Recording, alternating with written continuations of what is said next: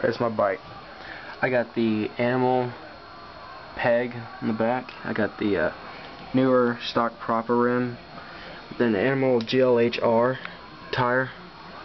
I got these Animal pedals, Hamiltons, unsealed.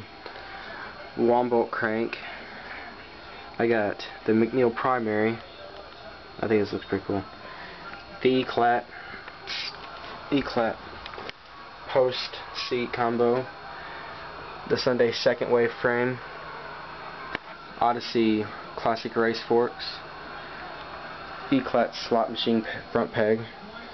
An older proper front rim with one black spoke, which all of them will be black. And I got the Shadow Attack front load, the Eastern headset.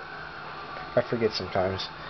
And I got the Shadow Voltus bars, 28, the biggest you can get, and the Animal Edwin grips and the chain. It's a KMC drop buster. Anything else? Nope. And as you can see, I'm not looking for a color scheme. I'm just looking for good deals.